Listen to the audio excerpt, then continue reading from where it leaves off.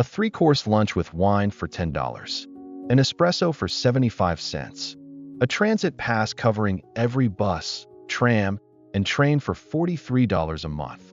Lisbon is the most affordable capital in Western Europe and the fastest path to an EU passport. This is the real cost of living in Lisbon in 2026. Here's what a typical month costs for a digital nomad in Lisbon. Rent for a one-bedroom apartment in the city center runs $1,100 to $1,500, depending on the neighborhood. Chiado is the most expensive. Expect $1,500 or more. Food is where Lisbon surprises you. Eating at local tascas and using the menu do dia, a three-course lunch with drink and coffee, you'll spend $300 to $400 a month on dining out. Groceries at Pingo Doce or Lidl add $270 to $325. Transport is one of the best deals in Europe. The Navigant Pass covers metro, bus, tram, and commuter trains for $43 a month. Add in utilities at $170, phone at $20, health insurance at $75, co-working at $150, and entertainment at $150, and your total monthly cost lands between $1,850 and $2,350. Compare that to $4,500 in New York, $3,500 in London, or $3,200 in Paris. Lisbon runs 40 to 60% cheaper, with 2,810 hours of sunshine. Housing is the biggest monthly expense, so let's break it down by neighborhood.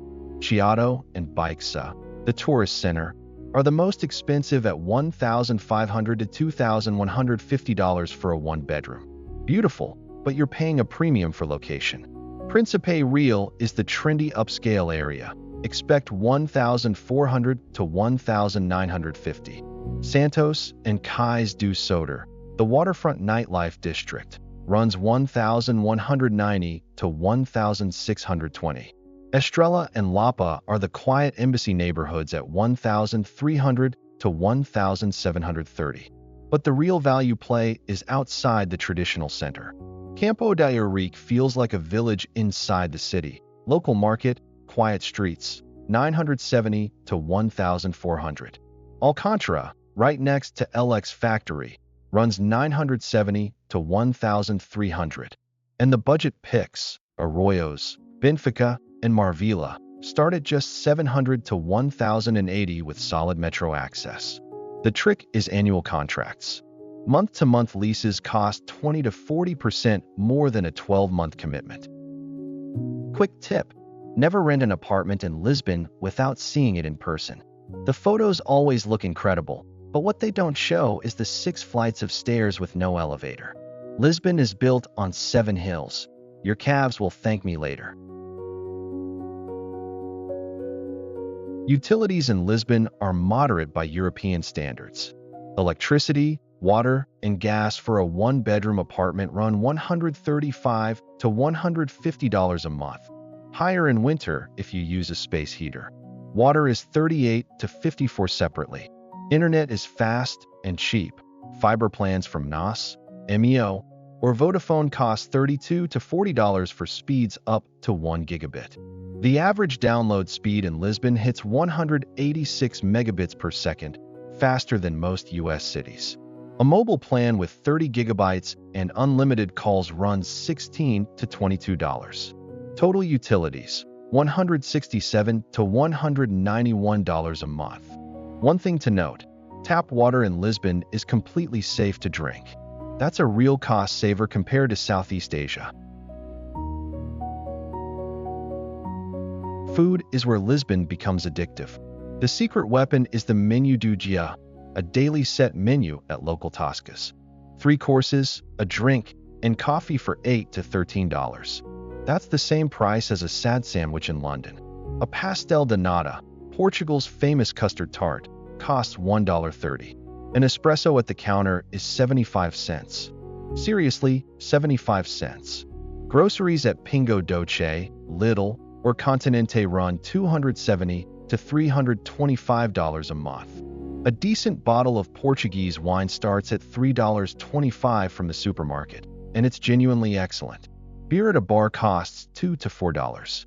At the mid-range level, a neighborhood restaurant dinner runs $22 to $32 per person. And fine dining, places like Bel Canto or Alma, starts at $86 per person. Restaurant prices in Lisbon are 42% lower than London. Here's what the travel blogs miss. Skip the restaurants in Baixa and Chiado. Those are tourist traps charging double. Walk 10 minutes to Campo de Arique or Arroyos, and you'll find the Tascas where locals actually eat. Better food, half the price, and they'll remember your name after 3 visits. Healthcare in Portugal is surprisingly good and mostly free. The public system, called SNS, is free for all residents. User fees were abolished in 2022. You register at your local health center with your residence permit, and you're covered. Emergency care is available to everyone regardless of status. The main drawback is wait times. Specialists can take weeks. Most expats pair the free public system with private insurance for $54 to $108 a month. A private doctor visit costs $54 to $86. A dental cleaning runs $43 to $86. The top private hospitals, CUF Descobertas, Hospital de Luz, and Lusíadas, are world-class. Digital nomads without residency usually start with Safety Wing at $45 a month until they get their D7 or D8 visa. Now for the costs that catch people off guard.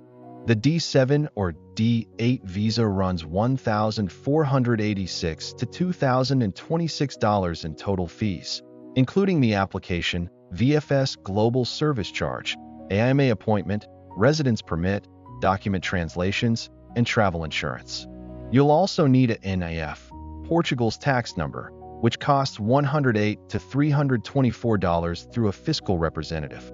The NF is required for everything: bank accounts, rental contracts, phone plans. After your visa, there's the AIMA wait. In Lisbon, the average appointment wait is 120 days. Pro move: do your AIMA appointment in a smaller city where wait times drop to 15 days. Transport is cheap. The Navigant Metropolitan Pass at $43 covers everything. Uber and Bolt rides run $5.40 to $13 across the city. Gym memberships at Fitness Hut or Viva Gym cost $28 to $32. And one perk: if you're under 23, the Navigant Pass is completely free. Real talk: the AIMA wait in Lisbon is brutal. 120 days for an appointment. But here's what most people don't know. You can book your appointment in Faro, Braga, or any smaller city. Same process, 15-day wait. Worth the day trip. Portugal ranks 7th on the 2025 Global Peace Index, safer than Germany, Canada, Japan, and the UK. And Lisbon specifically is getting safer. Crime rates dropped 7.6% last year, with 6,724 fewer reports. Violent crime is down. The biggest risk is petty pickpocketing in tourist areas, Baixa, Alfama, and the famous Tram 28. Politically, Portugal has been a stable democracy since the 1974 Carnation Revolution. It's an EU member, Eurozone member, NATO member, and Schengen area member, meaning your Portuguese residence card gives you free movement across 27 European countries. Infrastructure is solid. The metro is modern and clean. Tap water is safe to drink everywhere. And the airport is just 15 minutes from the city center. Here's where Lisbon gets really interesting for long-term stays. The D8 Digital Nomad visa requires proof of $3,975 a month in income and a bank balance of $11,923. It gives you 1 year of legal residency, renewable to 2 years, and a path to EU citizenship in 5 years. That's the fastest EU citizenship timeline available. The old Inchar tax regime, which exempted foreign income for 10 years, ended in January 2024 for new applicants. But it's been replaced by the IFSC regime. If you qualify, foreign income is exempt from Portuguese tax for 10 years.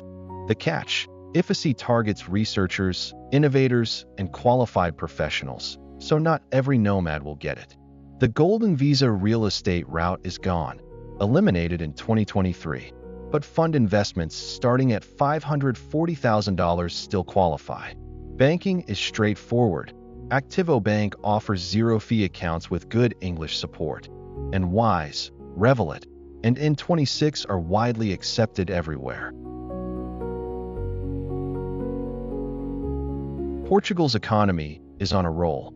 GDP grew 1.8% in 2024 and is forecast to hit 2.2% in 2026, outpacing France and Germany.